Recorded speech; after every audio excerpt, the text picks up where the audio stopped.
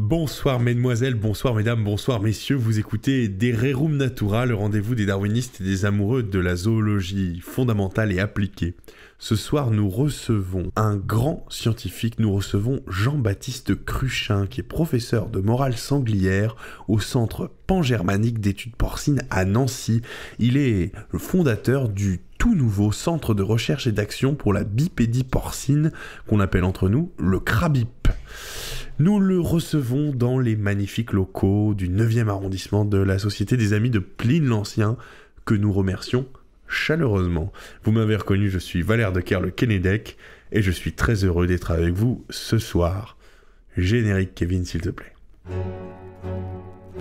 Micheline, que tout Paris connaît bien, pèse environ 3 tonnes. Vous rencontrerez peut-être plus jamais un cochon dans votre vie. Non. Nous avons des autruches qui mangent des briquets, des cigarettes et des trousseaux de clés. On cite le cas même de locomotives ayant été renversées par des rhinocéros. J'ai toujours dit que les hommes de science sont beaucoup moins précis que nous. Les darwinistes, présentés par Valère de Kerle-Kenedec. Jean-Baptiste Cruchin, vous êtes professeur de morale sanglière au Centre pangermanique d'études porcines. Vous avez fondé il y a 6 mois le CRABIP, le Centre de recherche et d'action pour la bipédie porcine. Très intéressant laboratoire. Vous allez nous présenter vos travaux. J'ai avec moi, pour en parler, 3 invités de grande qualité qui débattront avec vous. C'est Denis Friand, qui est le PDG de Mon Petit Bout de Poule et qui travaille avec vous. C'est le docteur Mattia Di Boschi, qu'on a déjà reçu ici, qui est docteur en anatomie des ongulés à coussinets, qui est consultant sportif, et c'est Fabien Pradeil, qui tiendra un discours sans doute plus traditionnel, et qui est le président du syndicat des chasseurs de Tornac. Mon cher Jean-Baptiste, cher monsieur Cruchin, nous vous écoutons, présentez-nous vos travaux. Merci beaucoup Valère de me recevoir. Donc des sangliers bipèdes, des cochons sur 2 pattes, des porcs qui marchent comme vous et moi. C'est là-dessus que je travaille en ce moment et je considère ça comme le couronnement de ma carrière, l'accomplissement d'une vie passée à essayer de comprendre et d'étudier les sangliers. Donc ça fait 6 mois que j'ai fondé le CRABIP, le Centre de recherche et d'action pour la bipédie porcine.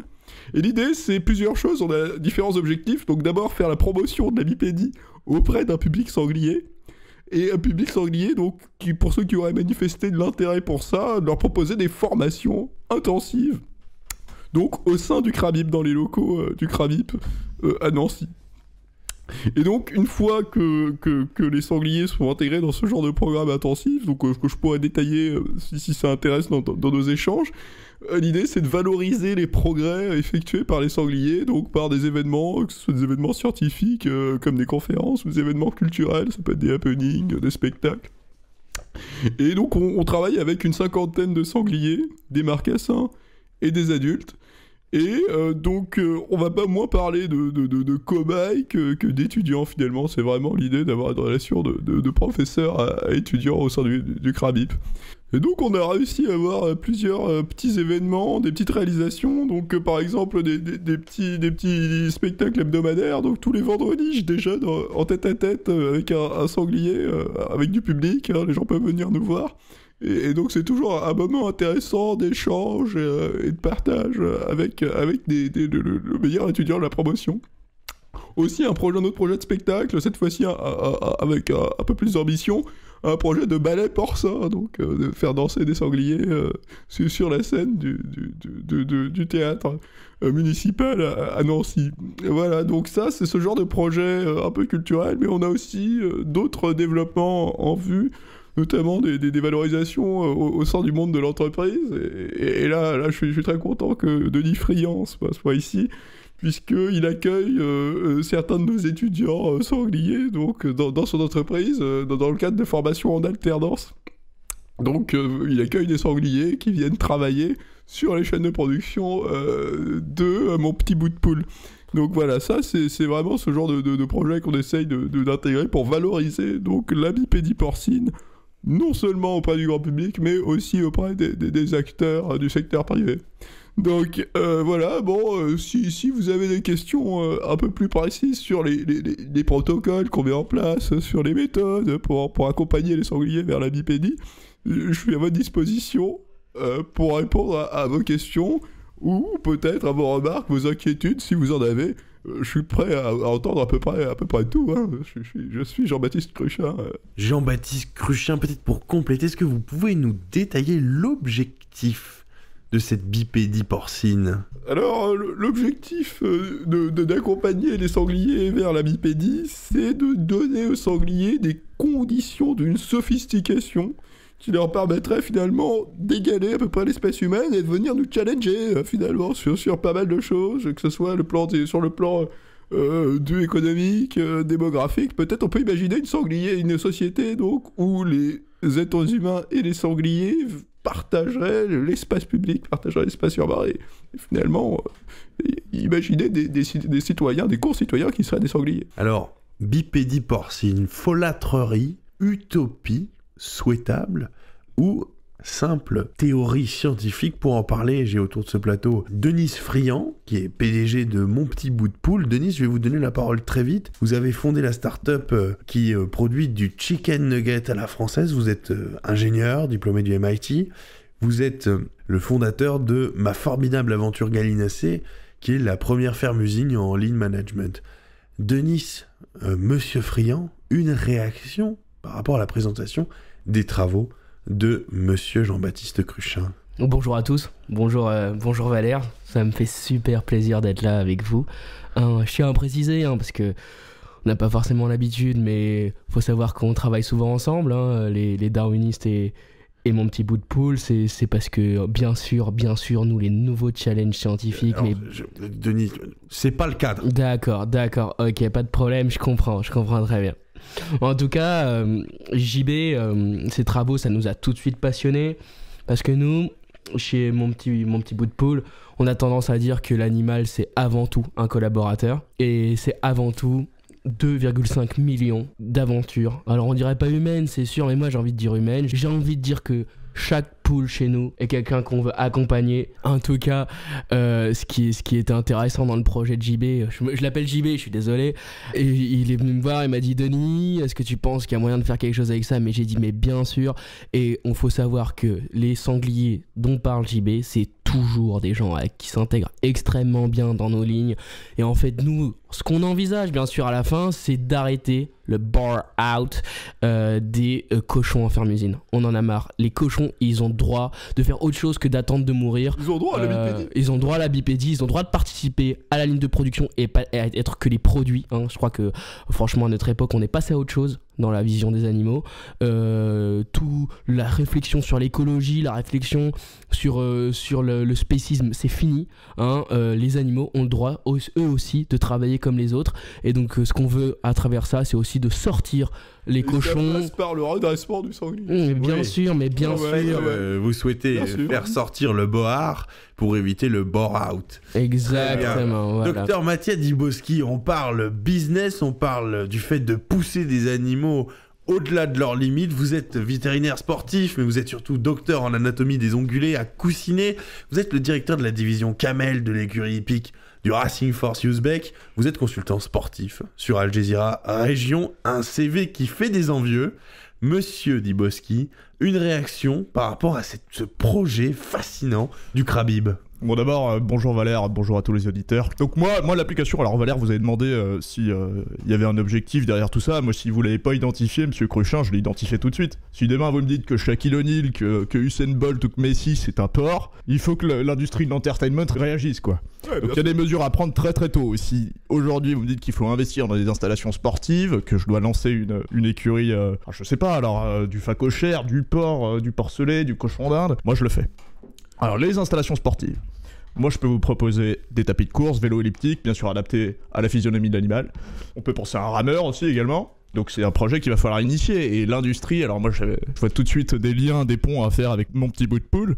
S'il faut trouver des sponsors, on est sur un écosystème qui peut fonctionner. Non mais bien sûr. Ouais, bien sûr, les réalisations sportives, c'est super important. L'idée c'est de faire marcher les sangliers, mais c'est aussi qu'ils puissent courir peut-être, Faut voir les Jeux Olympiques aussi à terme, horizon 10 ans. Peut-être d'un point de vue anatomique, pourquoi pas des footballeurs, pourquoi pas? Possible. Bah oui, c'est possible. Il faut simplement y mettre les moyens. Ça passe par des barres de maintien, des corsets, de ce genre de choses, des rampes pour aider les sangliers à se tenir. Et puis ça fonctionne. Et d'un point de vue sportif, donc ça la pourrait bipédie passe par le cyborg, c'est ce que vous défendez, monsieur pas Cruchin forcément, pas forcément. Le cyborg, ça peut Le être jarret, c'est une explosivité, c'est un jeu de jambes qui est déjà là. Cyborg, hein. Après, moi, j'en ai des problèmes. Il n'y a pas de cyborg. Ah non. Alors, s'il vous plaît, alors peut-être pour avoir une vision plus tranchée, plus traditionnelle, peut-être moins machiniste, j'aimerais donner la parole à Fabien Pradeil. Fabien Pradeil, vous êtes avant tout chasseur, vous êtes président du syndicat de chasse de Tornac, et je vous ai vu froncer les sourcils. Pas complètement, c'est-à-dire que j'écoutais ce qui s'est dit. Ça m'a un peu étonné, je le concède. Je vais commencer, peut-être c'est mon côté provençal, par exposer ce qui va pas, comme ça on règle les problèmes. C'est que le mauvais, c'est que si tu mets tout simplement le sanglier sur deux pattes, tu peux t'attendre à ce qu'en fait sa capacité de nuisance elle augmente. Il va venir creuser, faire des trous, et essayer de passer par-dessous les clôtures, etc. Et si le sanglier par-dessous, à partir du moment où il peut les enjamber. Encore que si le sanglier avait la politesse de éventuellement toujours enjamber. L'idée c'est d'apprendre la politesse au sanglier aussi, bien sûr. Mais moi le risque, je pense qu'il y a un risque, c'est que ce qui passe quand il faut par-dessous et quand il faut aussi pour lui par-dessus. Donc c'est le risque du ninja qui me fait un peu peur. Attendez, mais si je comprends bien, les sangliers qui sont dans la forêt là, qui font rien, ils participent pas à la société, mais faut qu'ils bossent les sangliers. Oh, mais je trouve ça dingue, franchement. Non, le gars est complètement fou. Je veux dire, si demain j'ai un athlète sanglier qui fait son running, qui fait son jogging, vous allez tirer dessus comme vous tirez sur les joggers déjà. Il faudra pas allumer les. Je vous demanderai pas tous être contre monsieur Pradeil qui a fait un long déplacement pour venir ici défendre un point de vue qui se respecte. Et le mec veut tirer sur mes salariés, quoi. Enfin, je veux dire, on est où ? Non, mais on est où ? Mais monsieur, j'allais y venir justement. Je pense que du coup le plus de ce sanglier qui serait bipède, parce que il faut voir que quand même les AA, si on enlève tout ce qui est oiseau et tout ce qui est quand même pas courant, en tout cas par chez moi, le chasseur il est plutôt habitué à tirer sur le quadrupède. Mais il est vrai que parfois il peut se lasser un peu et il peut être tenté d'allumer un passant quoi, qui viendrait. Et donc là, l'avantage, c'est que si on lui met du sanglier qui est sur deux pattes, il va pouvoir peut-être reporter cette envie qui, à mon sens, pose problème dans cette société, dans nos communes. Et ben s'il peut fumer des bipèdes par ce biais-là, en revanche, je pense qu'on peut faire quelque chose de bien pour nos territoires en tout cas. Monsieur Pradeil, vous inscrivez clairement dans une condamnation. Non, je condamne fermement les accidents de chasse. Mais vous allez pas allumer mes étudiants, vous allez pas fumer. Mais vous voulez allumer qui, hein? Je comprends pas. Vous voulez allumer des. Si demain vous allumez le prochain Antoine Griezmann. Bah ouais, là c'est emmerdant quand même. Mais alors moi j'ai une question peut-être pour aller dans le sens de monsieur Pradeil qui se retrouve fort seul sur ce plateau. J'ai une question que j'ai envie d'adresser à Mattia Di Boschi.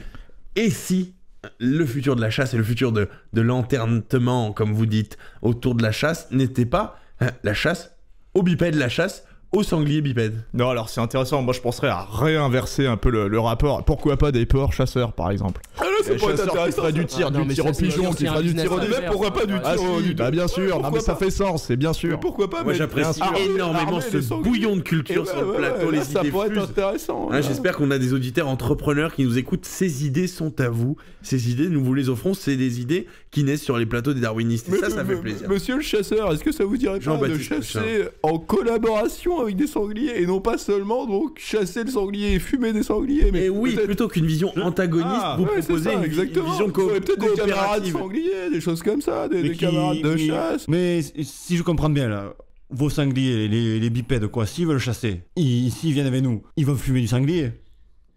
Les gars de Florac, ils fument pas autre chose. Et donc, si du sanglier qui fume du sanglier, moi je pense que chaque chose doit rester à sa place. Le sanglier au bout du canon, on l'allume, bipède, quadrupède, ça peut faire un peu d'amusement si vous voulez. S'il a deux pattes, oui, moi je prends, mais chasser avec un sanglier, bon, on peut chasser, on peut faire bras dessous avec le porc. Un peu.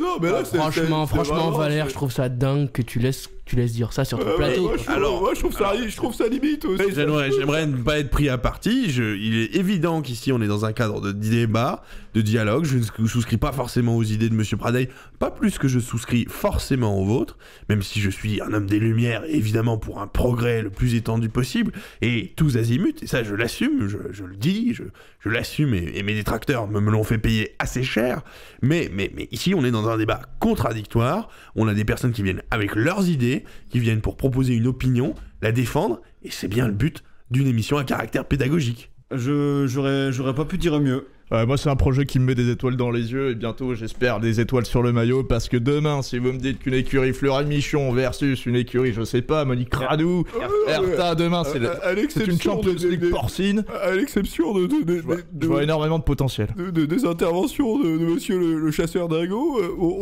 moi j'ai l'impression qu'on a pas mal échangé, qu'on a pu voir un peu les potentialités de la bipédie, ce que ça pourrait apporter, et je m'en félicite. Je vous remercie Jean-Baptiste Cruchin, je rappelle que vous êtes professeur de morale sanglière au Centre Pan-Germanique d'études porcines à Nancy et que vous avez fondé le CRABIP. Nous terminerons cette émission sur ces belles paroles, voilà qui devrait donner beaucoup de matière à réfléchir à nos nombreuses auditrices et auditeurs. Ils sont sans cesse plus nombreux, les chiffres sont excellents, je vous en remercie. Vous écoutiez Les Darwinistes. À la technique, c'était Kevin de Souza. Merci Kevin. À la réalisation, Joachim Planchard. Merci Joachim. Merci et à bientôt.